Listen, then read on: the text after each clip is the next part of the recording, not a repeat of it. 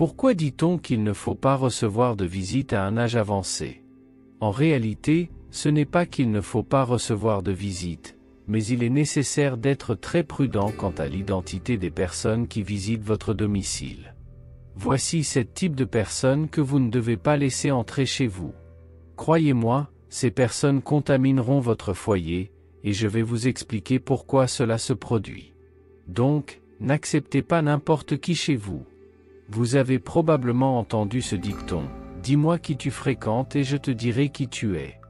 En effet, nous devons prendre soin de nos fréquentations car elles affectent directement notre énergie, notre bien-être et même notre bonheur. Notre maison est notre sanctuaire, c'est l'endroit où nous cherchons la paix et le repos, et la dernière chose que nous voulons est de permettre à des personnes négatives et toxiques d'envahir cet espace. Avant de continuer, assurez-vous d'avoir déjà appuyé sur le bouton « J'aime » si vous aimez apprendre sur la sagesse de la vie. Si possible, écrivez ceci, le peuple souffre par manque de connaissances. Je vais maintenant vous dire quels sont ces 7 types de personnes que nous devons éviter de recevoir chez nous.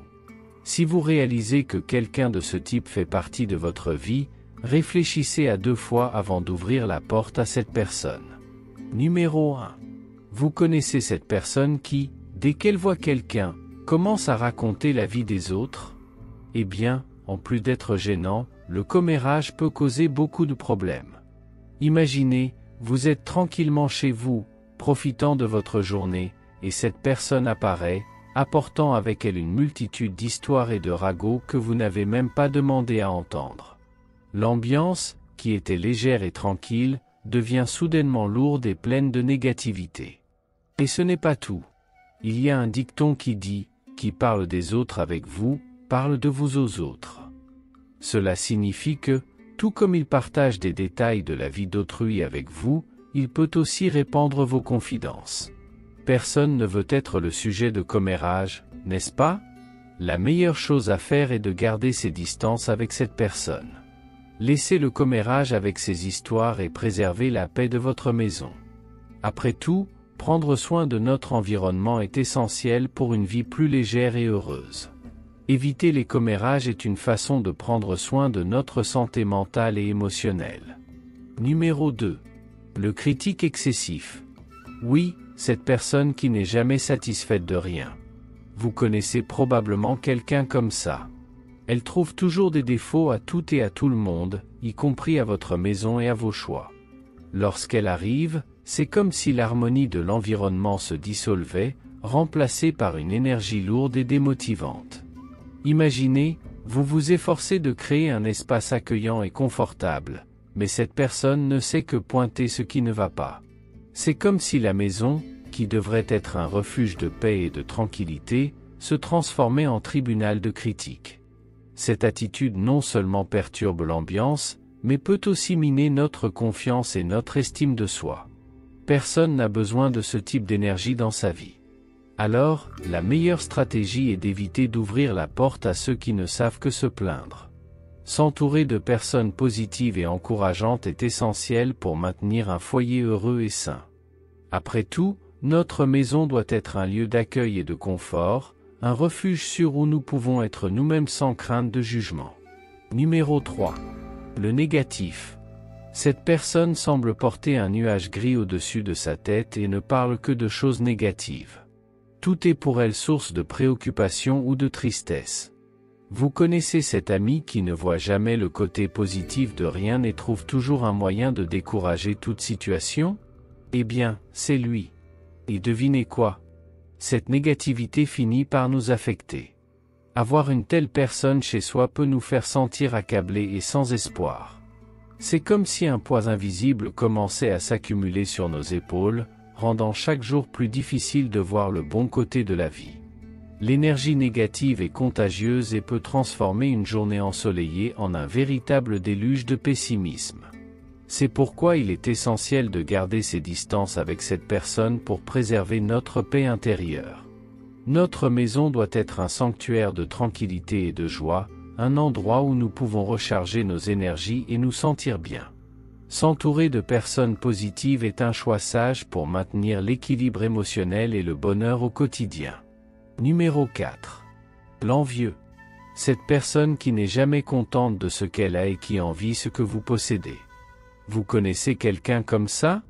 C'est facile à reconnaître, il semble toujours comparer ses réussites à celles des autres, jamais satisfait de ses propres réalisations. Cela crée une ambiance de compétition et de méfiance, quelque chose que personne ne souhaite chez soi. Notre maison doit être un lieu de célébration de nos réussites, un refuge de joie et de paix, et non un champ de bataille où nous devons constamment nous défendre des regards envieux. Imaginez, vous obtenez quelque chose que vous avez toujours désiré, quelque chose qui vous rend vraiment heureux. Au lieu de partager cette joie avec vous, l'envieux lance un regard de désapprobation ou fait un commentaire qui diminue votre réussite. Cela ne fait pas que drainer votre énergie positive, mais crée aussi une atmosphère de tension constante. L'envie est un sentiment corrosif qui, si on le permet, peut gâcher même les moments les plus heureux. Pour protéger votre énergie positive, il vaut mieux laisser l'envieux dehors. S'entourer de personnes qui célèbrent vraiment vos victoires et qui soutiennent votre succès est essentiel. Ces personnes aident à créer un environnement de soutien et de croissance mutuelle, où chaque réussite est un motif de joie partagée. Après tout, la vie est trop courte pour passer du temps et de l'énergie à gérer la négativité des envieux. Numéro 5. Le démotivé. C'est cette personne qui semble porter le poids du monde sur ses épaules. Vous connaissez cette personne qui n'a pas de rêve, pas d'objectif et dont la présence est toujours accompagnée d'un air de découragement? Quand elle visite, c'est presque comme si un nuage de fatigue et de manque de perspective s'installait dans l'environnement. Son énergie peut finir par influencer la nôtre, nous laissant découragés et sans perspective. La vérité, c'est que nous avons tous besoin de personnes qui nous inspirent et nous motivent. Des personnes qui nous poussent à atteindre nos objectifs et qui apportent une énergie positive à nos vies. Avoir autour de nous des personnes qui nous tirent vers le bas peut être extrêmement préjudiciable, affectant notre propre motivation et disposition à relever les défis quotidiens. Imaginez que vous êtes plein d'idées et de plans, mais en les partageant avec le démotivé, tout ce que vous recevez en retour ce sont des commentaires négatifs et une vision pessimiste. Cela peut drainer votre énergie et vous faire commencer à douter de vos propres capacités et rêves. Garder les démotivés hors de votre maison est une façon de protéger votre santé mentale et émotionnelle. S'entourer de personnes qui croient en vous, qui célèbrent vos réussites et qui vous inspirent à être meilleur est fondamental pour une vie pleine et heureuse. Après tout, notre maison doit être un refuge de positivité, où nous pouvons recharger nos énergies et nous préparer à réaliser nos rêves. Numéro 6. Le colérique, cette personne qui est toujours de mauvaise humeur, qui se plaint et se dispute avec tout le monde. Vous connaissez cet ami ou parent qui semble porter une tempête en lui. Amener quelqu'un comme ça chez vous, c'est demander à la paix de votre foyer d'être détruite. La colère est une énergie extrêmement destructrice et peut causer de nombreux dommages, tant émotionnels que physiques. Imaginez une journée tranquille chez vous, profitant de la paix et du confort de votre maison. Tout à coup, le colérique arrive et en quelques minutes, l'atmosphère est remplie de tension. Il commence à se plaindre de tout, à se disputer pour n'importe quelle raison, et la tranquillité se transforme en un champ de bataille. Cela n'affecte pas seulement l'environnement, mais impacte aussi tout le monde autour, laissant chacun stressé et malheureux. Avoir une personne colérique à proximité, c'est comme porter une bombe à retardement émotionnel. Vous ne savez jamais quand elle va exploser, mais vous savez que lorsque cela arrivera, les dégâts seront importants. La colère constante peut mener à des disputes, des blessures et même à des problèmes de santé, comme le stress et l'anxiété. C'est pourquoi il est préférable d'éviter que ce type de personnes franchisse votre porte. Protéger la tranquillité et l'harmonie de votre foyer doit être une priorité. S'entourer de personnes qui apportent paix et joie est essentiel pour un environnement sain et heureux. Après tout, notre maison doit être un sanctuaire de sérénité, où nous pouvons nous détendre et recharger nos énergies, loin de toute négativité ou conflit. Numéro 7. Le faux ami, cette personne qui prétend vous apprécier, mais qui parlent mal de vous dans votre dos et sabotent vos réussites. Avoir quelqu'un comme ça chez vous est extrêmement dangereux. Ce type de personne peut découvrir des choses intimes et les utiliser contre vous, transformant votre espace sécurisé en un terrain de méfiance et de trahison. Imaginez, vous faites confiance, partagez vos secrets, vos joies et vos tristesses, croyant parler à quelqu'un qui se soucie vraiment de vous. Cependant, le faux ami ne fait que collecter des informations, attendant le moment opportun pour les utiliser contre vous. Cela crée un environnement d'insécurité, où vous ne savez jamais qui est vraiment de votre côté. Notre maison doit être un espace de confiance et de sécurité, où nous pouvons être nous-mêmes sans crainte de jugement ou de trahison. La fausseté n'a pas sa place ici. Le faux ami ne mine pas seulement votre confiance, mais peut aussi détruire des relations, répandre des mensonges et causer des intrigues. La meilleure façon de gérer un faux ami est de garder ses distances. Valorisez les amitiés véritables, celles qui soutiennent vraiment votre succès et sont à vos côtés dans les bons comme dans les mauvais moments. Ce sont ces amis qui méritent d'être dans votre maison et dans votre vie. S'entourer de personnes authentiques et loyales est essentiel pour un environnement sain et heureux.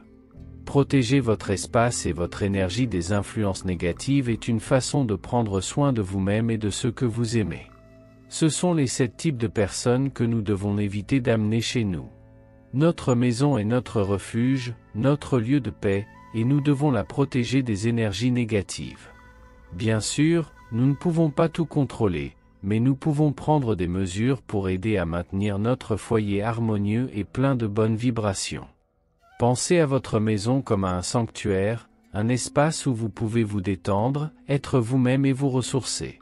Y accueillir des personnes qui apportent des ragots, des critiques excessives, de la négativité, de l'envie, du découragement, de la colère ou de la fausseté, c'est comme ouvrir la porte à une tempête.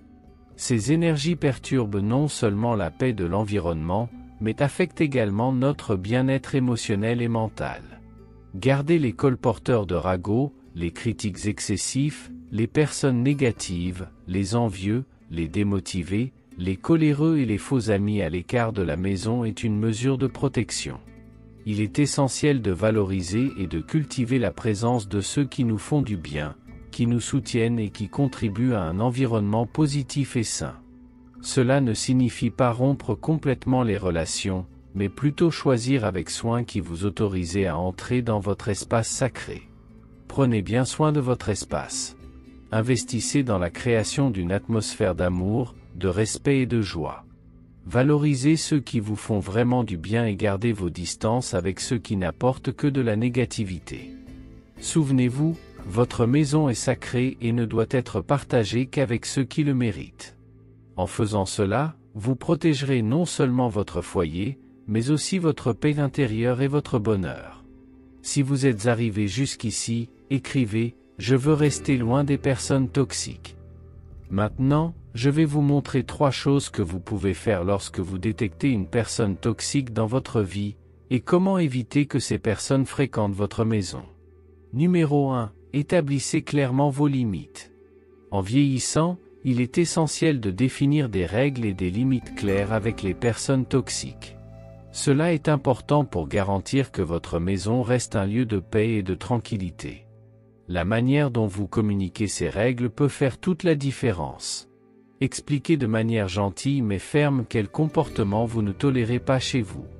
Avoir des conversations honnêtes et directes peut être très utile. Par exemple, vous pouvez dire quelque chose comme « Je préfère ne pas discuter de sujets négatifs ou écouter des ragots ». Cela clarifie ce que vous attendez. C'est une façon de protéger votre espace sans causer de conflits inutiles. Définir ces attentes aide à maintenir un environnement tranquille et respectueux chez vous. Cela ne préserve pas seulement votre paix d'esprit, mais enseigne également aux autres comment vous souhaitez être traité. Avec le temps, les personnes qui se soucient vraiment de vous respecteront ces limites et contribueront à l'harmonie de votre espace. Numéro 2. Minimiser le contact et les visites avec les personnes toxiques peut être crucial pour préserver votre paix et votre bien-être, surtout en vieillissant. Si ce sont des parents ou des amis qui visitent souvent, vous pouvez commencer à limiter ces rencontres de manière gentille mais ferme. Une approche utile est de communiquer que vous êtes occupé avec des activités ou des passe-temps, ou que vous avez besoin de plus de temps pour vous-même. Par exemple, vous pouvez dire « Je me consacre davantage à quelques activités personnelles dernièrement et j'ai besoin de plus de temps seul, pour me détendre ». C'est une façon polie d'établir des limites sans créer de conflit. Maintenir la fréquence des visites sous contrôle est essentiel pour garantir que votre espace reste un refuge de tranquillité.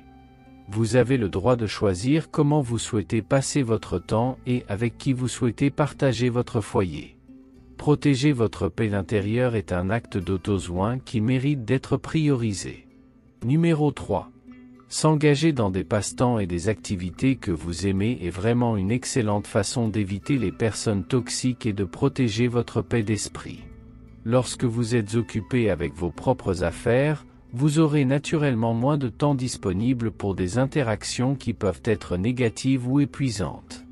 Des activités comme le jardinage, la lecture, l'artisanat ou la participation à des groupes communautaires remplissent non seulement votre temps de manière positive, mais fournissent également une excuse légitime pour refuser des invitations ou des visites indésirables. Par exemple, vous pouvez dire « Je suis impliqué dans un projet de jardinage qui prend beaucoup de mon temps en ce moment » ou « J'ai un club de lecture avec lequel je me retrouve régulièrement pour discuter de lecture ». En plus de servir de barrière polie contre les interactions indésirables, ces passe-temps et activités apportent également des bénéfices supplémentaires à votre vie. Ils peuvent améliorer votre bien-être général, offrir un sentiment de réalisation personnelle et vous connecter avec des personnes partageant les mêmes intérêts, favorisant des relations plus positives et enrichissantes. Par conséquent, se consacrer à des activités qui apportent de la joie et un sentiment d'accomplissement personnel ne protège pas seulement votre paix intérieure, mais enrichit également votre vie de façon qui vont au-delà de simplement éviter les personnes toxiques. Rappelez-vous toujours de prioriser votre bien-être émotionnel et de rechercher l'équilibre dans vos interactions sociales. Connaissez-vous quelqu'un qui correspond à l'un de ces profils? Partagez ici votre expérience de vie. Je suis sûr que cela aidera d'autres personnes, et je serai ravi de réagir à vos commentaires. N'oubliez pas d'appuyer sur le bouton « J'aime ». Si vous souhaitez en savoir plus sur la sagesse de la vie, cliquez sur la playlist qui s'affiche à l'écran, et nous nous verrons dans la prochaine vidéo. À bientôt.